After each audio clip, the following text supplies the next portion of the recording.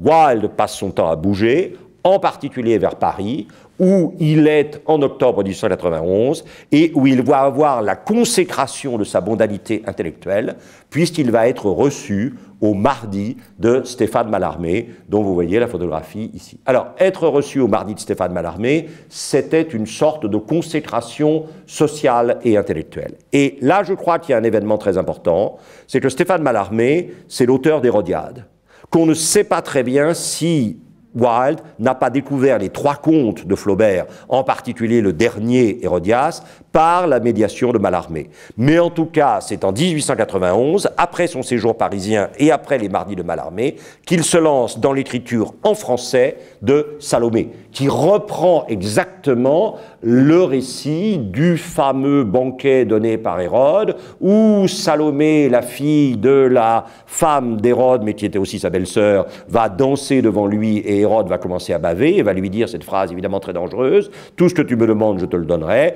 et c'est là où, instruite par sa mère, elle va demander la tête de Yochanaan, la tête de Jean-Baptiste. Et Salomé va être écrit rapidement, très rapidement, par Wilde, directement en français. Souvenir de la bonne